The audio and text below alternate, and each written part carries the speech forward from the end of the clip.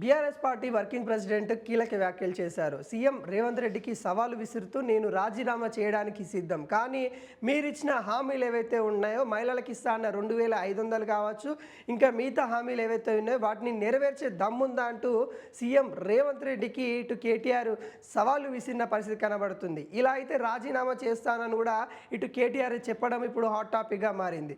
ఏవైతే మహిళలకు ఇస్తా అన్న 2500 రూపాయలు కాంగ్రెస్ ప్రభుత్వం ఇప్పటికే తెలంగాణలో అధికారం చేపట్టి 2.5 సంవత్సరాలు అవుతా ఉంది. అంటే ఒక మహిళకి దాదాపుగా 1,50,000 రూపాయలు కాంగ్రెస్ గవర్నమెంట్ అనేది కూడా అప్పుగా ఉంది. మరి ఆ వాళ్ళకి ఇవ్వాలి, మరి మహిళలకు ఇవ్వాలి. మీరు బాకీ మహిళలకైతే ఉన్నారు ఒక 1,50,000 రూపాయలు మహిళల అకౌంట్లో వేస్తే నేను రాజీనామా చేసి రాజకీయాలే చేయను అన్నట్టుగా తను చెప్తున్న పరిస్థితులు ఇప్పుడు ఇవన్నీ కూడా హాట్ టాపిక్గా మారుతూ ఉన్నాయి. ముఖ్యంగా సంక్షేమ కార్యక్రమాలు ఏవైతే హామీలు ఇటు కాంగ్రెస్ ప్రభుత్వం ఇచ్చిందో మేనిఫెస్టోలో ఇచ్చిన అన్ని హామీలు కూడా కొన్ని అయితే నెరవేర్చుకుంటూ అయితే వస్తూ ఉన్నారు. దీంట్లో భాగంగానే ప్రతిపక్షంలో ఉన్న బీఆర్ఎస్ పార్టీ కూడా అనేక విధాలుగా ప్రశ్నించింది. ఈ నేపథ్యంలో ఇటు బీఆర్ఎస్ భవన్లో నిన్న కేటీఆర్ మాట్లాడుతూ ఇటు సీఎం రేవంత్ రెడ్డికి సవాలు విసిరిన పరిస్థితి కనబడతా ఉంది.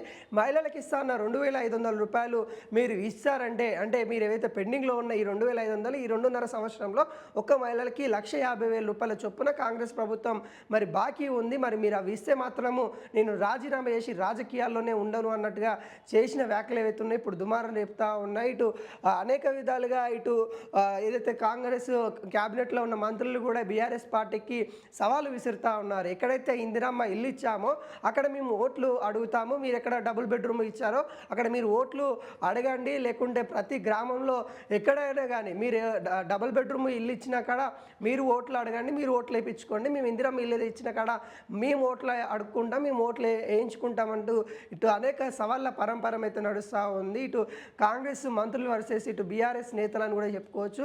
ఇటు ప్రాజెక్టుల పైన కూడా ఇటు కాళేశ్వరం ప్రాజెక్టు కావచ్చు, ఇటు పాలమూరు సంబంధించిన ప్రాజెక్టు కావచ్చు, అటు ఆదిలాబాద్ సంబంధించిన కొత్త ప్రాజెక్టు కావచ్చు, వీటిపైన అయితే మాటల యుద్ధం అయితే కొనసాగుతూ ఉన్నాయి. వీటిపైన ఇటు బీఆర్ఎస్ క్యాడర్ ఎప్పటికప్పుడు కూడా సవాలు విసురుతూ ఉంది.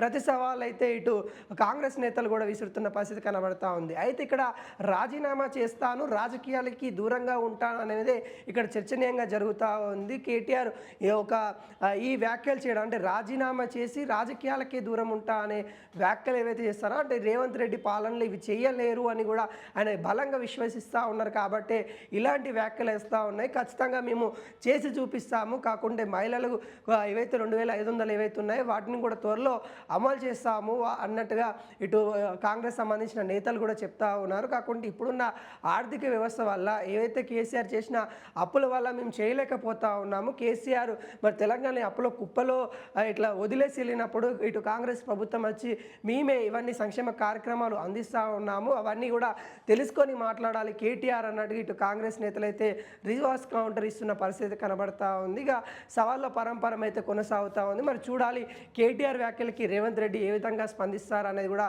చూడాల్సిన పరిస్థితి కనబడుతుంది. అదేవిధంగా అనేకసార్లు కూడా సీఎం రేవంత్ రెడ్డి ఇటు పాలమూరు ఇటు ఆ గడ్డపైనే ఉండి ఇటు కేసీఆర్కి అనేక సవాలు విసిరిన పరిస్థితి కనిపిస్తూ ఉంది. కానీ బీఆర్ఎస్ పార్టీ అధినేత కేసీఆర్ మాత్రం సైలెంట్గా ఉండి తన పని తాను, తన పార్టీని ఏ విధంగా మళ్ళీ అధికారంలోకి తీసుకొని రావాలి అంటూ ఎర్రబల్లి ఫామ్ హౌస్లో ఒక ప్రణాళిక చేసుకుంటూ తన పనిలో తను ఒక మాస్టర్ ప్లాన్లో ఉన్నారన్నట్టుగా తెలుస్తూ ఉంది. కానీ ఇక్కడ ఇటు కేటీఆర్ వర్సెస్ ఇటు రేవంత్ రెడ్డి ఒక వాదన అయితే బలంగా వినిపిస్తూ ఉంది. మరి చూడాలి కేటీఆర్ వ్యాఖ్యలపైన మరి సీఎం రేవంత్ రెడ్డి ఏ విధంగా స్పందిస్తారో అని.